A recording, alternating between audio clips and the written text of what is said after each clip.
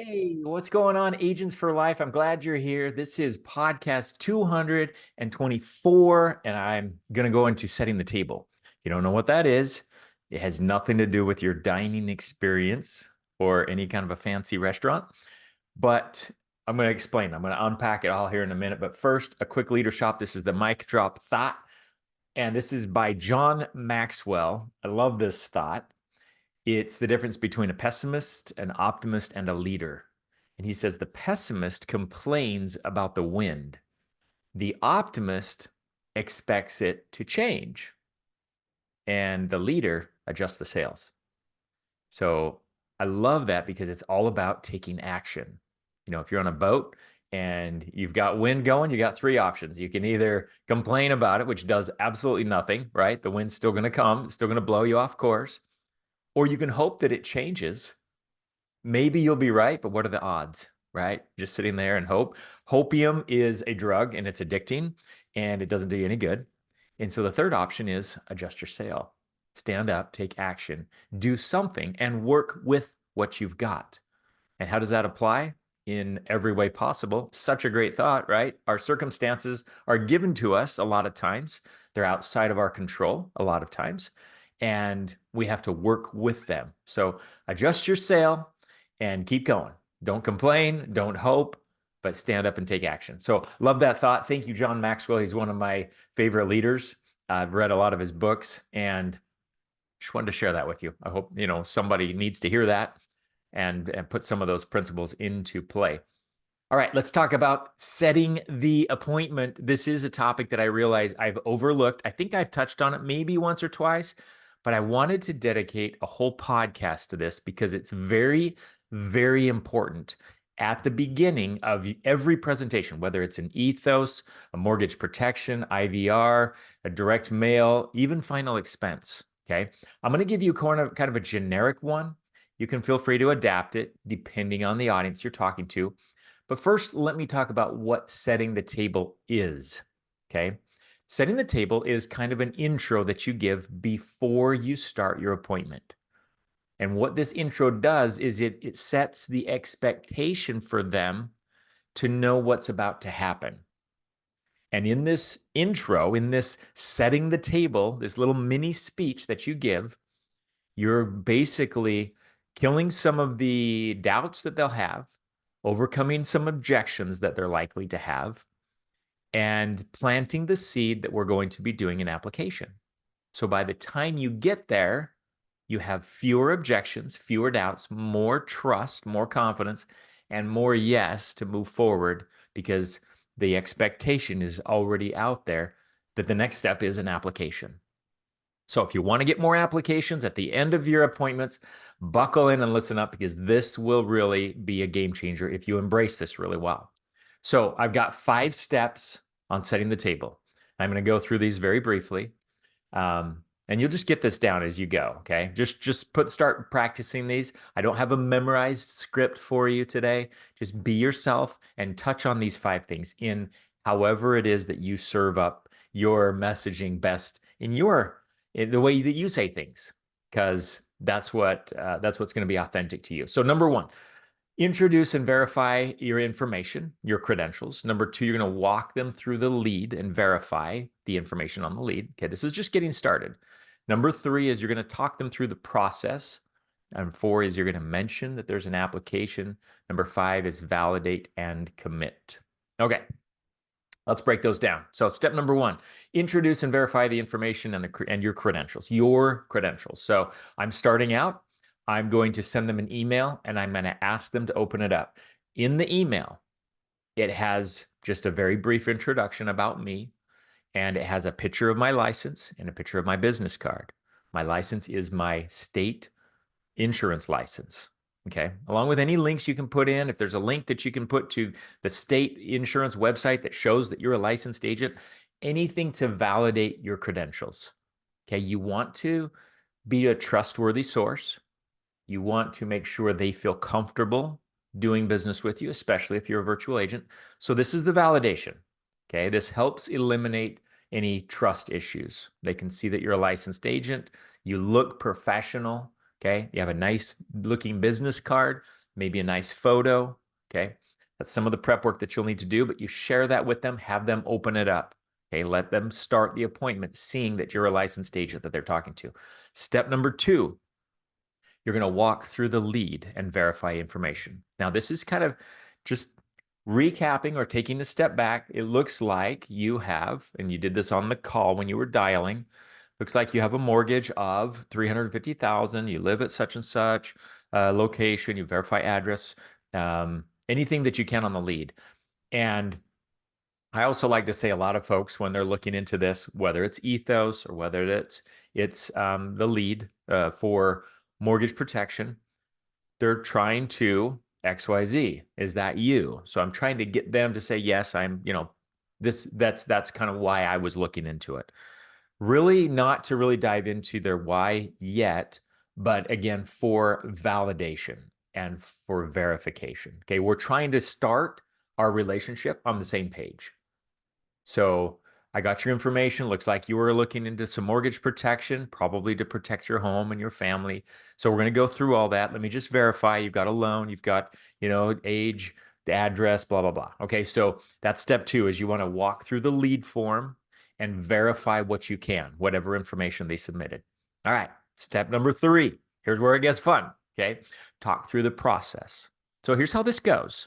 Okay. And sometimes I like to ask them, have you ever gotten mortgage protection before? Or have you ever applied for life insurance before? A lot of times they haven't. They don't know how it goes. You say, no problem. I'm here to make this easy for you. And here's how this works. Okay. So again, I am the expert in the room. This is hard as new agents. You have to assume that confident expert role, even though you have no idea what you're doing.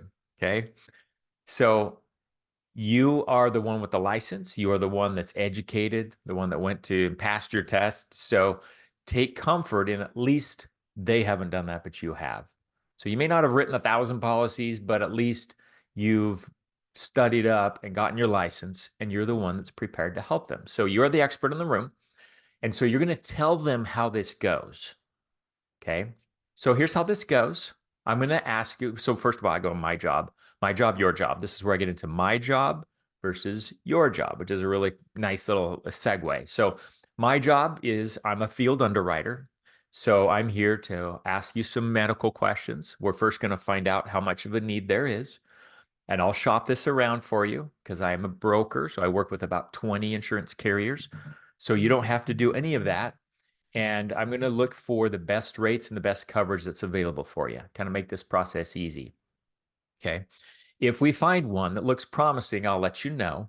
And then is your job. Your job is to choose the budget. And I'm assuming you're not going to pick something that's too expensive for you, right? That wouldn't make any sense. So you're going to choose something that works well and comfortable within your budget. Does that make sense so far? So that's kind of how I would serve it up. I let them know their job in kind of a funny way. Your job is to pick the budget, and you're not going to pick an expensive thing. My job is to do pretty much everything else, but I break it down by finding the need.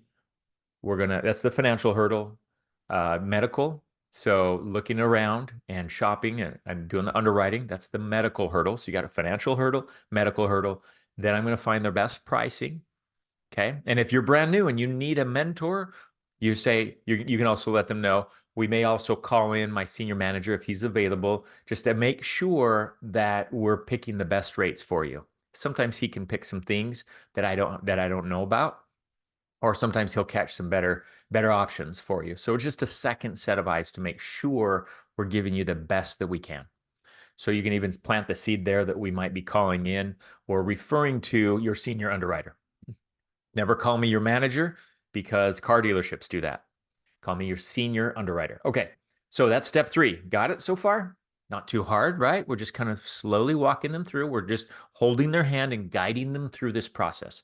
Step number 4, okay? It's important that we mention we will be putting together a petition for coverage. I like to call it a petition for coverage. It's a little longer. It's not an application. Well, it's an application, but I don't call it an application only because psychologically the word application feels a little more of a like a commitment that they have to make. It might feel a little scarier. So petition for coverage. We're finding out if the carrier is willing to give you an offer. So finding something is one thing. Getting an offer from a carrier is a whole other thing. So even after they have an offer, it's theirs to turn down. They can adjust it. They can decline it, whatever. They're not making an ironclad 20-year whatever commitment. They are just finding out if the carrier will approve their case. So here's how I describe it. Once we find something that might work for you, the next step is to finish applying to see if we can get you qualified. Now, I say finish applying because we started already. When I do the medical analysis, I'm really starting, in essence, I'm kind of starting an application because those are all the same questions. If you ever had cancer, if you ever had a heart attack or a stroke or blood pressure or whatever, you can ask a lot of those questions when you're underwriting because it makes your job easier on the application. So I'll finish applying to see if we can get you qualified. Most people I talk to need a little bit of time to think about this and to work it in their budget. So the good news is nothing happens right away. And the carrier can take several days, and it may even take up to a month before that first premium is even processed. So you have plenty of time to think about it while the carrier is thinking about you.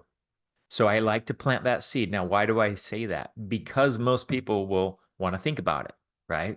If you hear a lot of think about it, guess what? This can help reduce those when you set the stage up front. I'm sure if you're like most people, you probably want to think about this after I give you some numbers, and that's fine because the carriers need time to think about you anyways. Several days, possibly up to a month after the application. So what essentially I'm saying is that's great, but it really doesn't change the fact that we're submitting an application. Okay. And then I'll say something like, but the bottom line is whatever we plan to start with, you're not on the hook and it's not an ironclad commitment. We're just trying to get an offer back from the carrier because what I'm going to give you are quotes. Okay. And you can get quotes all over the internet, but the only thing that matters is an offer. And the only way to get the offer is after we put in that petition for coverage. So that's describing the process, kind of letting them know this is how it's going to go. And if they have a problem with it, I would rather them raise their hand in the early stages of the application or the early stages of the appointment so that I can help work with that and massage it and make it comfortable for them. I have plenty of time. When we wait till the end and get all those objections at the end, they're pretty well ready to wrap up. Have you noticed? They're like, okay, I got my pricing and I'm ready to go. I'm ready to go, like, not move forward, but I'm ready to get off the phone now. So the pricing is the one most valuable arrow you have in your quiver because that's what everybody wants. What is the bottom line? How much is this going to cost? Well, it takes us 10 or 15 minutes to figure that out, right? And as soon as we give that, they've got what they need and they don't need you anymore, or they're going to start an application. So be more hesitant, if anything, about just giving out that pricing too early, too easily. And we want to make sure we're thorough and accurate. So it does take a little time to get that, because otherwise clients come back and they get mad at us because we quoted something in haste and it wasn't accurate. And then it comes back a lot more expensive and they don't like that. That doesn't do anybody any good. So I'm going to walk them through all that. Excuse me. I'm going to talk about how we're going to submit a petition for coverage to see if they can at least get an offer from the carrier. And then I'm going to ask, kind of wrap it up with a little bow and say, are you comfortable with this process? And do you have any questions before I jump in? Okay. Good questions to set the stage. Number one, are you comfortable with this process? Okay. If they say no to something, let's talk about it, because this is how the process works. Okay. I'm in charge. Remember, this is my meeting. I'm the agent. We're here to get you coverage. We're not, you listened to my podcast a couple months ago. We're not quote machines. They can go get a quote anywhere. We are here for coverage. We're here to try and get something in place. Also like to make the point that something is better than nothing. Okay. Would you rather have 0,000 payout to your spouse or 50,000? You wanted 500,000, but 50,000 gets the job done. Heck of a lot better than zero, right?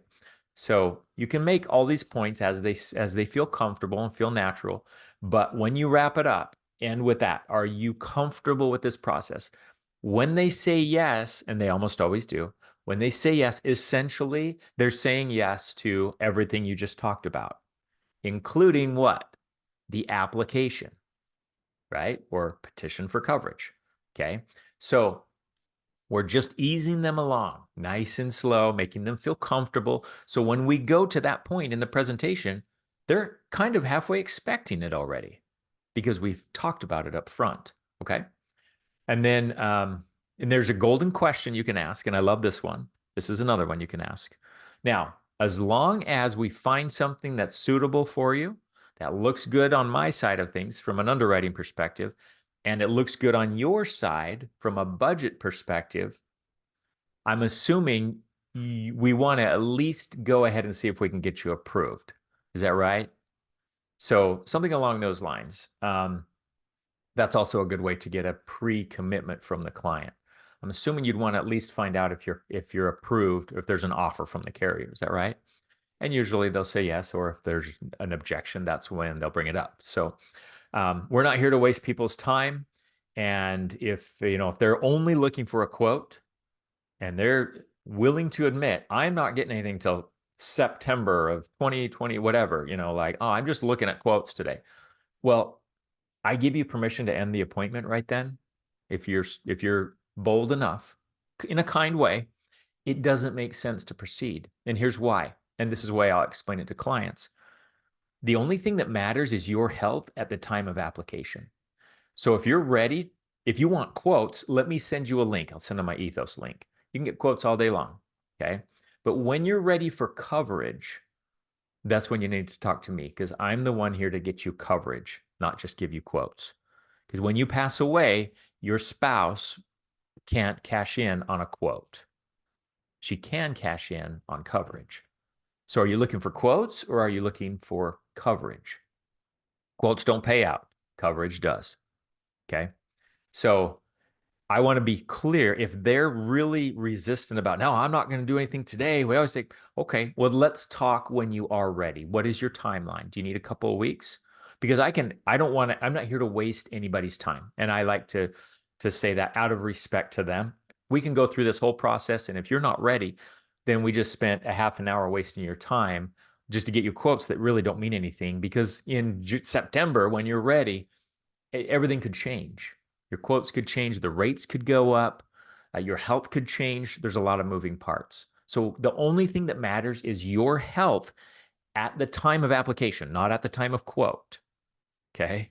So make sure that we're clear on describing these things to the client. Set the table really, really well. Okay. And that fifth step, by the way, was validate and commit. That's what I just went over. Asking those validation and commitment questions. Are you comfortable with this process? And do you have any questions before I jump in and get started? So hopefully that helps. Write those down. Put it in your head. When you start an appointment, walk through setting the table. Do your own variation of this. Make it as good as you can. You'll fall on your face a few times. It'll be frumpy a few times. Just start doing it and integrating it. And you'll find that if you do really well at setting the table, the rest of the appointment will flow a lot more smoothly. Number one, you'll gain respect because you look like you know what you're doing, even though inside, maybe you don't feel so much, right? But you'll look like and sound like you know what you're doing, instilling confidence in the mind of your prospect. But number two, you're overcoming objections, setting the stage, and you're giving yourself giving them an opportunity to pre-commit to an application so that when you get to that point, it's a natural, smooth transition. You're going right into an application. All right, put that into practice. Go out and write some more applications this week. Protect some more families this week. I'm excited to hook back up with you a week from now and share some more ideas. Click on the link, by the way, in the show notes if you have some training you'd like me to touch on. Okay, that's down there. So I'm taking feedback and input. Anything you want me to go into, please let me know. Thanks so much for your time. I hope this helps you. Go out and win. Talk to you next week. Bye.